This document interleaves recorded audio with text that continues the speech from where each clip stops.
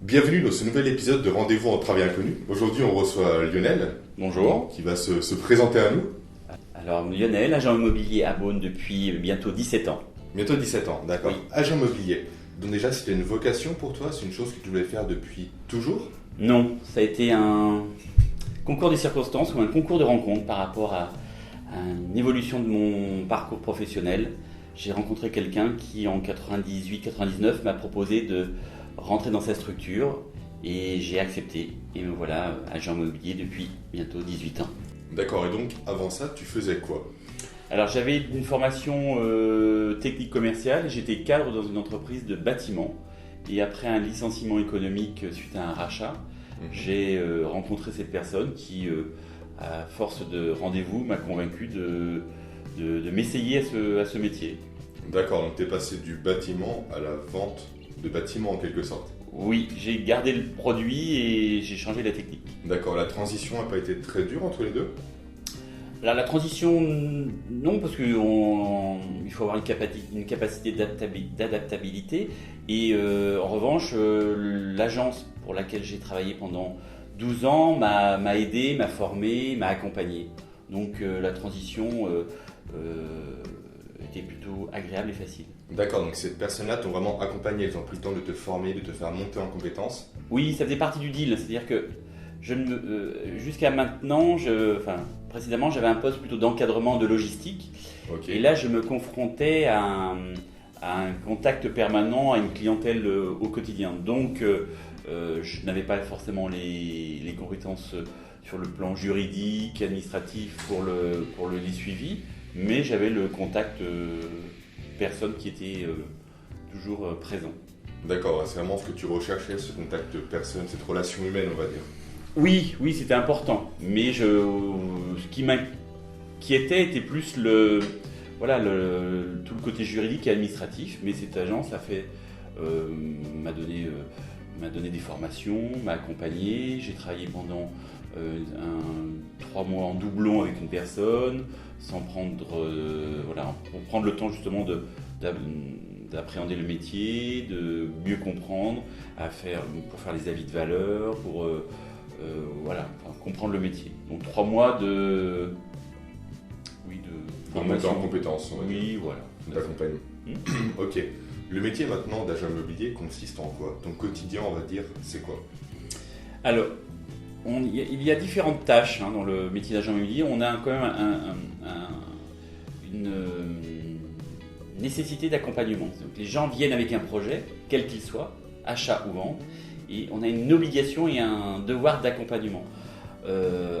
Donc ça, c'est uniquement par rapport à mes compétences et surtout au marché local là où on travaille. Ensuite, ce travail est quand même un travail très administratif du fait des nouvelles contraintes de loi, la loi Allure. Voilà. Donc on est obligé de formaliser toutes nos tâches. Et donc ce travail est, on va dire, à 50% administratif et à 50% relationnel. D'accord, donc la vision de l'agent immobilier toujours dehors, c'est une vision qui est un peu faussée.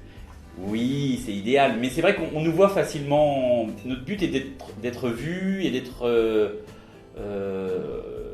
notre métier est quand même basé beaucoup sur le relationnel, sur le réseau, donc on a besoin de sortir, on a besoin d'être vu. Alors tout dépend dans quelle structure, dans quelle ville on travaille. Moi je travaille dans une petite structure de 20 000 habitants, donc on est vite identifié. Après, si on est dans une grande ville comme Paris, Lyon, je pense que ce travail est différent et on est plus marqué par rapport à l'enseigne pour laquelle on travaille. En revanche, voilà, ma petite ville de province, j'ai besoin de mon relationnel et de mon réseau. Donc c'est vrai qu'il faut que on me voit par ma présence, par mes actions, par ma publicité, par les panneaux, par mon activité. En revanche, voilà, l'autre côté le moins ou le plus contraignant, c'est tout tout ce côté administratif, formalisation des tâches, information aux clients, suivi. Et c'est là où ça prend du temps, mais on le fait. C'est D'accord. nécessaire. Donc tu parles d'administratif qui est plutôt lourd. Non, c'est pas lourd. C'est à partir du moment où on le met en place et qu'on a une rigueur de travail, ça n'est pas lourd. C'est facile même parce que c'est des habitudes. Oui. Tu fais une visite avec un client sur un bien. Quelques jours après, tu as l'automatisme de rappeler ton client pour savoir ce qu'il a pensé de la visite. Tu as l'automatisme d'envoyer cette information à ton client propriétaire. Donc tu ouvres ton agenda le matin, tu vois, tu jettes un coup d'œil sur ce que tu as fait les jours précédents et automatiquement tu sais que tu dois relancer, tu dois informer ou tu rentres un bien, tu cherches à qui tu peux le proposer. Donc c'est des automatismes, c'est une rigueur, c'est des fiches de travail, et puis ces tâches administratives, on peut les faire à n'importe quel moment. Le soir, le matin, entre deux rendez-vous, et maintenant on a des outils qui nous permettent de travailler où l'on souhaite. Un téléphone, une tablette, un ordinateur. Donc c'est assez facile de pouvoir s'acquitter de cette tâche-là. En revanche, voilà, pour le suivi des dossiers plus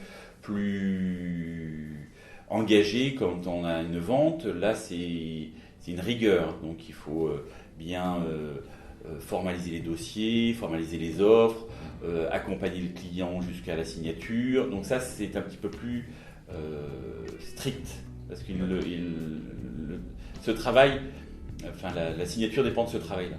Ok. Et au niveau des lois, ça évolue beaucoup non, par rapport à l'IMO? Ben, on a une information qui nous est donnée par des bases de... Enfin, Mhm. elle est accessible et puis on s'informe, on a l'obligation. Alors, moi je ne fais pas de fiscalité, je ne fais pas de gestion, je ne fais pas de syndic, je ne fais que de la transaction pure. Ce qui fait que je me renseigne uniquement sur mon secteur d'activité.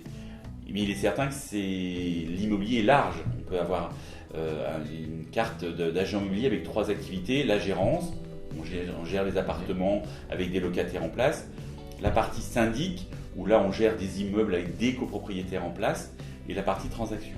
Donc moi je n'ai choisi que cette partie-là, parce que c'est un domaine de compétence sur lequel je suis sûr de mes compétences. Les autres, la carte n'est pas la même. Mais voilà, je m'informe moi sur mon domaine et il y a des sites d'information, des bases de données, voilà, la presse en parle parce que c'est comme un sujet qui est pour nos politiques important, donc l'information circule très bien et de par les prestataires avec lesquels je travaille, par exemple toutes les obligations techniques pour un vendeur de faire un dossier, donc on a des agences qui font tous ces dossiers techniques. Ces agences-là nous donnent les informations en amont, en disant attention, la loi va évoluer pour les diagnostics. Les notaires aussi nous tiennent informés. Nos confrères, donc on fait passer l'information. On est vraiment sur un partage. D'accord, donc c'est plutôt simple d'être informé de la loi. On a tous les outils faut nécessaires, je veux dire. C'est comme le travail, c'est une certaine rigueur. On peut être complètement hermétique à ce qui se passe sur l'extérieur, mais on évite décollecter. Donc si on fait la démarche de s'informer, c'est facile. Voilà, la loi n'évolue pas non plus toutes les semaines. Chaque gouvernement marque son passage par une loi sur l'immobilier. Après, c'est facile. Voilà. Et comme je le disais précédemment, je ne fais que de la transaction. Donc pour moi, je ne me renseigne que sur cette partie-là. Voilà. Donc ça n'évolue pas non plus. Il faut toujours avoir un petit peu un regard général sur toute l'activité, parce que mes clients cherchent à investir. Je ne fais pas de gestion. En revanche, je m'informe sur la fiscalité ou par exemple actuellement on a beaucoup de gens qui investissent dans des appartements pour faire de la location meublée de tourisme. Voilà, l'activité du jour nous dit que ça va évoluer. On tient quand même nos clients informés de cette évolution. Donc on a une écoute attentive et on fait une veille sur l'ensemble, mais on a un domaine de compétences. J'ai un domaine de compétences sur la transaction. D'accord. Tu parles de transaction, tu parles de gestion, donc il n'y a pas un métier, il y en a 3 différents. 3. Ouais, c'est bien ça. Gestion, syndic, transaction. Voilà. Et les formalités ne sont pas les mêmes si on veut faire de la gestion, du syndic et de la transaction. Moi, j'ai choisi par obligation, et par choix, parce que c'est Oui, quand même par 3 métiers différents, de n'avoir une carte que de transaction. D'accord. Hein. Donc, je suis enregistré à la chambre de commerce avec une carte T, transaction. Voilà. Ce qui fait que je ne peux pas faire de gérance et je ne peux pas faire de syndic. Voilà. Mais tu pourrais, si tu veux. Tu peux avoir les Non. 3 cartes. Non, parce Non, qu'il c'est faudrait pas possible. il faut que je puisse. Il me serait demandé mes compétences dans ce domaine-là, que je n'ai pas. Ok. Que je n'ai pas et que je ne souhaite pas avoir, parce que je trouve que c'est 3 métiers différents. Voilà, c'est 3 activités différentes. C'est pour ça que il faut des structures plus importantes. Moi, j'ai fait le choix de travailler seul. Je ne pourrais pas gérer des copropriétés, faire de la gestion de l'eau pour des propriétaires et gérer des mandats de vente et des mandats de recherche. C'est vraiment une activité dense si je faisais ce choix-là. Donc je ne peux pas tout faire. Et mon projet était de me concentrer sur les projets immobiliers uniquement. Ok, donc tu travailles seul depuis quand? Alors je travaille seul depuis 2012, ça fait 4 ans et demi. 4 ans et demi. Pourquoi ce choix? Bon, c'est une évolution qui est, on va dire, naturelle. J'ai travaillé donc, dans le secteur du bâtiment jusqu'à l'âge de à peu près on va dire 35 ans. J'ai donc été sollicité par cette personne pour travailler dans l'agence immobilière, donc j'ai travaillé environ 12 ans. J'ai souhaité faire autre chose à ce moment-là, parce que je pensais avoir pas fait le tour, mais j'étais un petit peu saturé par cette activité et j'ai pris une année sabbatique pour réfléchir à un nouveau projet.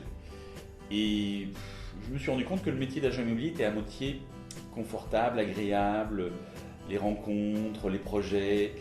Donc j'ai souhaité travailler seul pour justement pouvoir gérer le projet de mes clients de façon complète et permanente. Je suis très attentif au service qu'on peut apporter que je dois apporter à mes clients.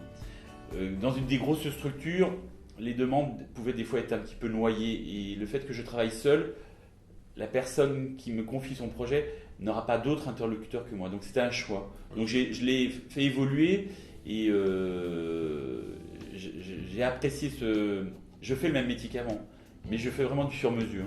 Et j'apporte vraiment du temps aux gens par rapport à une recherche immobilière qui est des fois un projet important.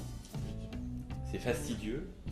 Alors on est sollicité de toutes parts. Et les gens, des fois, sont vite effrayés de pousser la porte des agences, d'avoir à répéter une fois, 2 fois, 3 fois. Dans notre ville, nous avons 17 agences. Si tu veux faire le tour de toutes ces agences, il faut se répéter. Et ta demande est noyée dans une... Donc, voilà.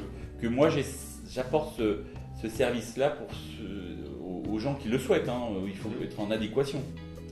Quand je fais une proposition de service, il faut que la personne en face accepte.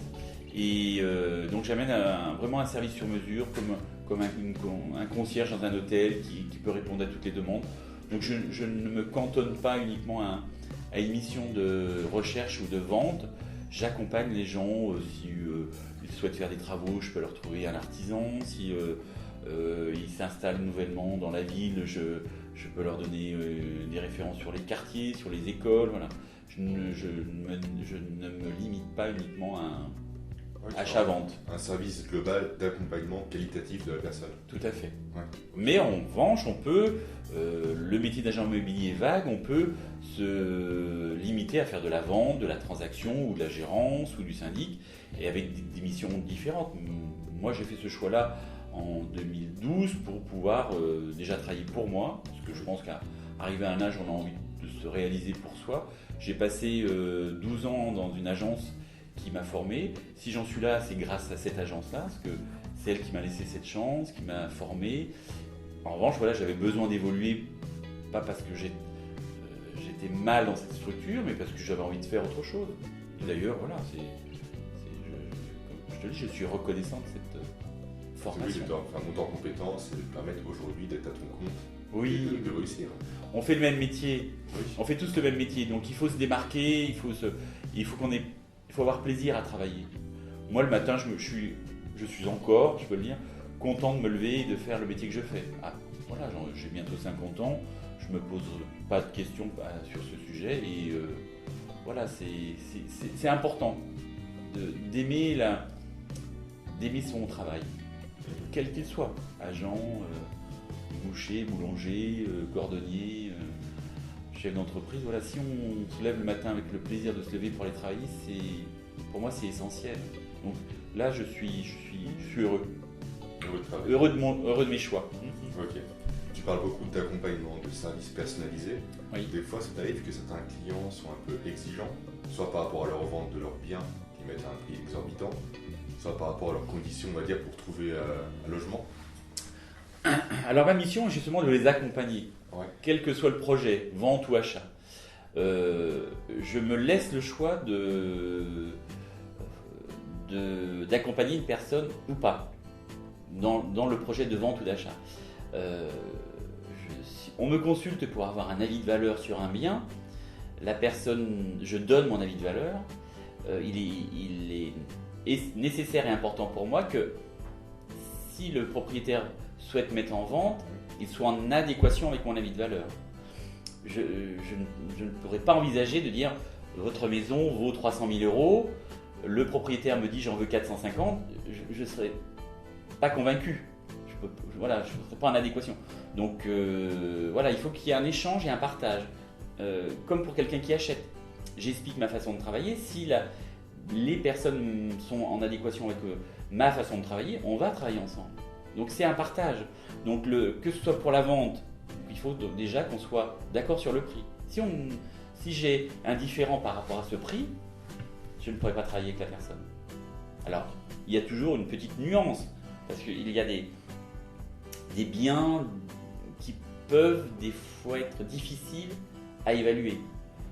Pourquoi dire qu'une maison vaut 300 et pourquoi pas dire qu'elle vaut 350 000 euros? Parce que l'environnement, les prestations, le côté un peu atypique, voilà, il faut être quand même dans le marché. Donc mon devoir est quand même de sensibiliser mes clients et mes propriétaires vendeurs par rapport à la réalité du marché, par rapport à l'environnement, par rapport aux produits qu'ils offrent. Eux ont toujours l'impression d'avoir un bien d'exception parce qu'ils ont mis du temps, de l'argent, de l'investissement. C'est mental aussi qui joue beaucoup. Complètement. Mais il faut que moi j'arrive avec un œil extérieur alors je suis pas. Dans certains cas, on peut être en désaccord, mais justement à l'inverse, les gens peuvent être surpris de l'avis de valeur que je peux donner par rapport à la valeur de leur bien.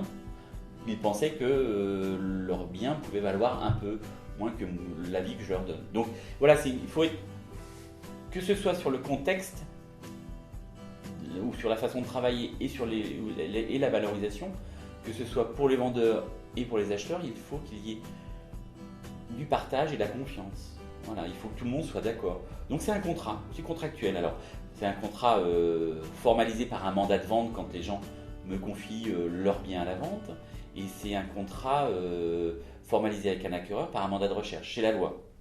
Hein, on revient sur le côté administratif et les contraintes liées à l'activité. Tout engagement est contractualisé par un mandat, vente ou recherche. En revanche, ce contrat est formalisé, mais il y a des choses, des options, des affinités qui ne sont pas dans le contrat. Donc il faut que tout le monde soit content de travailler l'un avec l'autre. C'est une relation gagnant-gagnant. Complètement. C'est le but. Sans ça,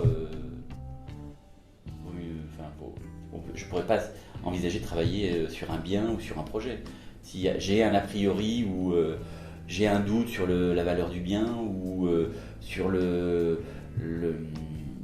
la valeur des gens, forcément. Mais ça, c'est ma façon propre de travailler.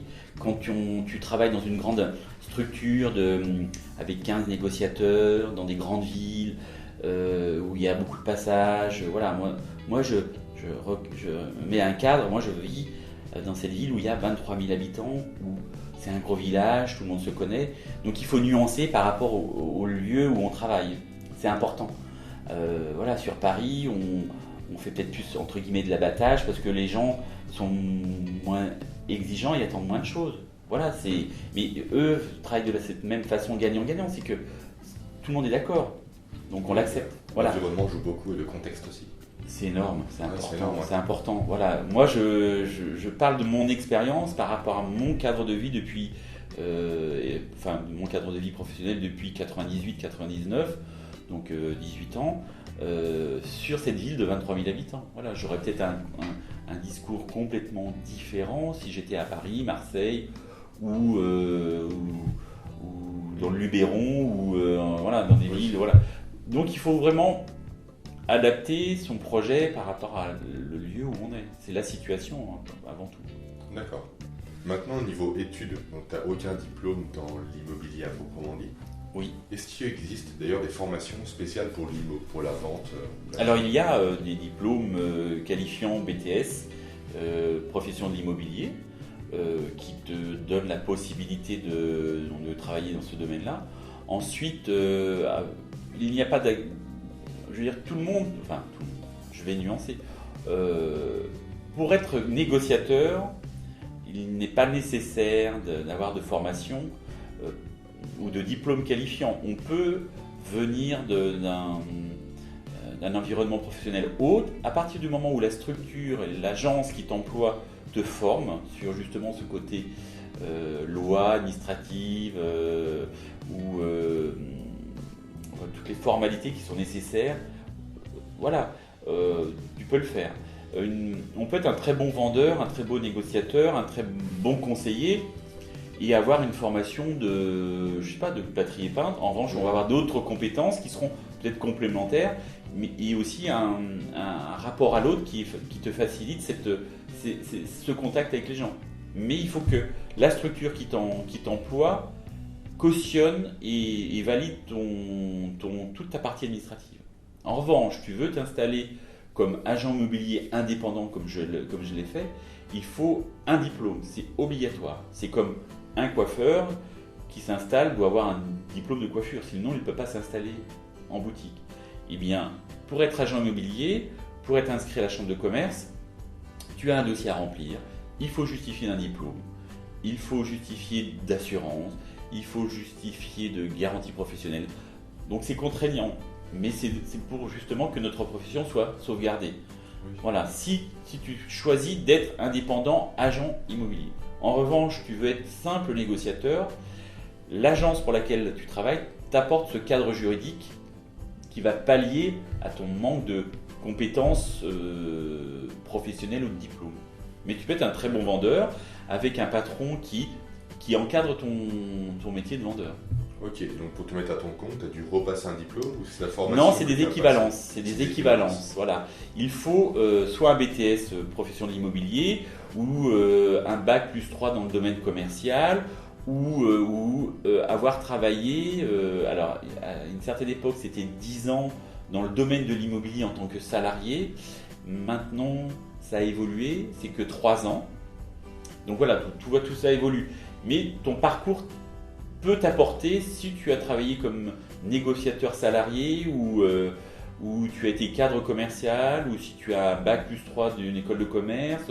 Il y a des passerelles qui peuvent te permettre. Voilà. Mais si tu veux être négociateur pour commencer, pour t'essayer, tu n'as pas de diplôme, tu peux le faire. Mais il faut que l'agence qui t'emploie accepte ce manque de diplôme. Voilà, mais qu'elle t'apporte en revanche cette formation et cet encadrement. Parce que sinon, tu n'as pas le droit de signer de mandat, tu n'as pas le droit de signer de...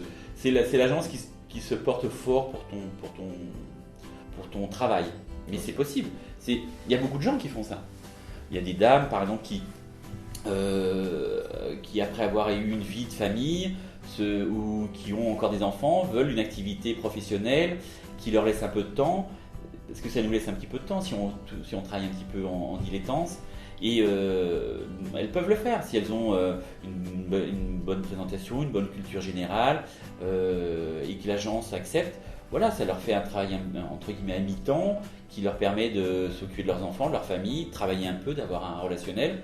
Elles vendent, mais l'agence gère toute la partie administrative qui oblige des garanties, des cartes et tout ça. Mais après, voilà, il faut vraiment nuancer si on veut être indépendant à son compte ou si on veut être que salarié, travailler pour quelqu'un. D'accord. Voilà.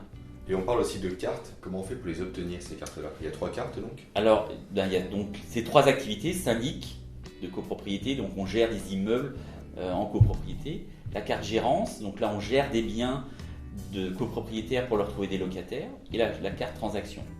Donc ça, alors jusqu'à l'année dernière, c'était géré par la préfecture ou par la préfecture du département.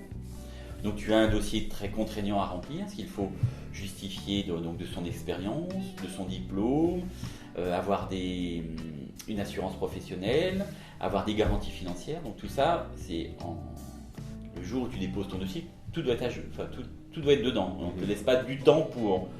Tu déposes ton dossier, on te donne une carte.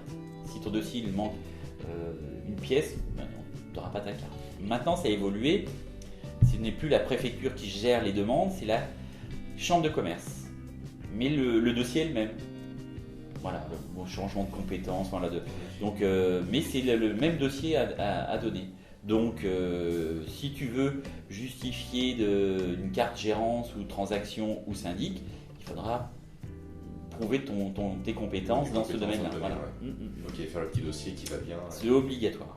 Okay. C'est obligatoire. Et c'est ce qui règle notre vie, notre quotidien. C'est-à-dire que tout le monde ne peut pas s'installer agent immobilier parce que c'est un métier qui est comme plaisant. On gère son emploi du temps. Alors il y a des semaines où on est, tu vois, par exemple, cette semaine c'était une semaine de vacances scolaires. On sait qu'on a des périodes dans l'année plus calmes. Donc, les vacances scolaires sont plus calmes parce que les gens sont moins disponibles, partent en vacances. On sait que par exemple la période des fêtes est une période plus calme également parce que les gens sont partis. Donc c'est un métier plaisant. On peut se prendre 10 minutes en pleine journée pour aller boire un café avec un client ou avec un ami ou avec quelqu'un qui va nous donner une information parce que c'est le réseau. Donc c'est vrai que c'est plaisant. On gère son emploi du temps. On est tenu, si on travaille pour une agence, de rendre des comptes, faire des suivis auprès des propriétaires qui nous donnent des mandats pour vendre, relancer les gens avec qui on a fait des visites, leur proposer d'autres biens. Donc tout ça prend du temps, mais entre tout ça, on peut quand même s'accorder un petit moment pour justement entretenir le relationnel ou faire en sorte que on soit vu et c'est l'importance du réseau. C'est le réseau. Toujours. C'est le réseau. Les petites villes surtout. Surtout pour les petites villes. Voilà, surtout. Et surtout pour les petites villes, et tout dépend pour qui on travaille. Par exemple, dans une grande ville, tu travailles pour une grande agence, une grande enseigne nationale. Je serais tenté de dire que les affaires viennent parce que les gens viennent par rapport à telle publicité qu'ils ont vue, tel service qu'ils ont pu entendre. Voilà. Donc, je pense que dans les grandes villes, ça fonctionne en quartier peut-être, comme nous, notre ville est, on va dire, un petit quartier par rapport à une grande ville. Voilà, donc ça peut être une différence, mais sinon, c'est le même travail. Ok. Maintenant, combien un agent immobilier peut espérer gagner? C'est très variable, je pense. Alors, c'est très variable, c'est selon. On va revenir sur notre localisation. Alors, on va pas parler argent, mais plutôt, nombre d'affaires. Parce que une vente à Saint-Tropez d'une villa à 3 millions d'euros et une vente dans notre région d'une maison à 300 000 euros, le travail est le même. Les honoraires sont toujours les mêmes, c'est-à-dire 5% ou 4% ou 6%, ça dépend voilà. Mais le montant n'est pas le même. Oui, 5% de 3 millions. N'est pas, voilà. Donc il faut pas faire rêver les gens par rapport à des sommes, enfin un revenu qu'on peut avoir, mais plutôt par le nombre d'affaires que tu peux développer. C'est peut-être la petite différence qui est importante. C'est que si tu travailles raisonnablement et que tu fais environ, on va dire, 2 à 3 ventes par mois, alors bien sûr, tu peux faire une vente à 150 000, une vente à 300 000. Mais si tu es dans une autre région où les prix sont plus, par exemple Paris, où les prix sont plus importants, voilà, il faut nuancer. Mais il faut au moins 2 à 3 ventes par mois. Okay. Pour que ce soit un métier rentable, enfin intéressant. Et il faut savoir que les 6 premiers mois, quand tu te lances dans cette activité, tu ne gagnes rien. Parce que le moment où tu commences ton activité et le moment où tu fais la première vente et le moment où tu encaisses ta première vente, il va se passer 6 mois pratiquement. C'est-à-dire que les 3 premiers mois, tu es en observation. Après, tu fais une vente. Et le moment où tu arrives à faire ta première vente, il y a un compromis. Il y a des délais administratifs, la loi Scrivener, la loi Allure. Voilà. Et le moment où la vente définitive se fait chez le notaire, il se passe à nouveau 3 mois. Donc il faut avoir cette capacité de tenir pendant ces 6 premiers mois, ou trouver une agence qui fasse une avance sur honoraire, ou te propose un salaire, un minimum, un fixe, en disant on vous donne un fixe de 800, 1000 euros, qui n'est pas une avance. Parce que si l'agence propose une avance, le jour où tu encaisses ta première vente, il faut rembourser tes avances. Donc c'est pas lissé immédiatement, c'est lissé sur une année. Donc l'agence fait des avances, et au bout à la fin du bilan, on fait justement les écritures comptables. On a fait tant d'avance, vous avez encaissé tant, voilà où on en est. Donc ça peut être un métier très lucratif, mais il faut être vigilant sur. Il n'y a pas de régularité, c'est-à-dire qu'on n'a pas un revenu fixe. Et on peut faire un mois avec 3-4 ventes et un mois où 0 vente parce que il y a eu les fêtes de Noël, donc on n'a pas signé, il y a eu un peu de décalé et que tout s'est reporté sur janvier et qu'on n'a rien fait en décembre. Donc il faut avoir cette capacité à tenir, à faire un peu de réserve. Voilà, faut pas tout dépenser. Oui, il faut faire la fourmi. Okay. Et voilà, donc il faut, on peut faire 5-6 ventes dans un mois, le mois d'après on n'en fait que 3, donc il faut arriver à jongler, à lisser, à appréhender ces écarts d'activité. Après, c'est bien des réflexes, des habitudes, je pense. Dès qu'on fait un peu plus, on met de côté, après Oui, on sait ce dont on a besoin au quotidien. Donc, c'est pas le mois où tu fais que 2 ventes, et tu as un peu de réserve, voilà. Donc, c'est raisonnable. Il faut être raisonnable. D'accord. Maintenant, imaginons que des personnes veulent faire ce métier. Quels seraient tes conseils, toi, que tu pourrais donner? Ton expérience que tu pourrais apporter? Je serais tenté de dire que si la personne veut le faire, il faut qu'elle essaie. Parce que il faut pas vivre de rêve, mais il faut vivre de projets réalisés.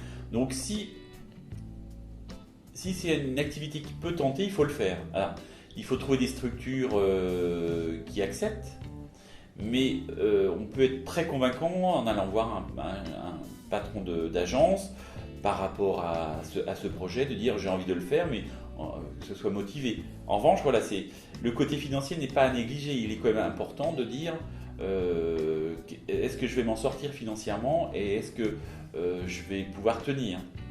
Mais si la personne a envie de le faire, il faut le faire. Il ne faut pas avoir de regrets.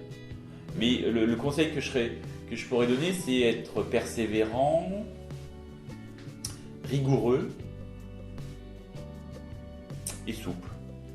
Persévérant parce qu'il faut quand même travailler, rigoureux parce que sans rigueur, que ce soit pour les vendeurs, les acquéreurs, si on ne tient pas de fiches, si on ne fait pas de fiches. Enfin, voilà, maintenant on a des outils qui nous permettent qui nous aident. Donc il faut quand même être rigoureux. Puis c'était quoi le 3e point? Souplesse. Oui, souplesse parce que justement le marché fait que les clients sont exigeants et le marché est exigeant. Enfin le secteur d'activité est exigeant et que le revenu peut être très intéressant et très variable. Oui, souplesse. Ok. Tout est bon pour moi. Tu as d'autres choses à préciser peut-être? Non. Non? Très bien. Eh bien nickel, je te remercie. Merci. Et puis donc, comme d'habitude, mon but avec cette série de vidéos, c'est d'aider les étudiants un maximum. Donc si jamais vous voulez parler de votre métier, donc en interview comme Lionel a pu le faire, écrivez-moi à l'adresse qui est juste en dessous. Et puis sinon, je vous dis à très bientôt. Au revoir. Au revoir.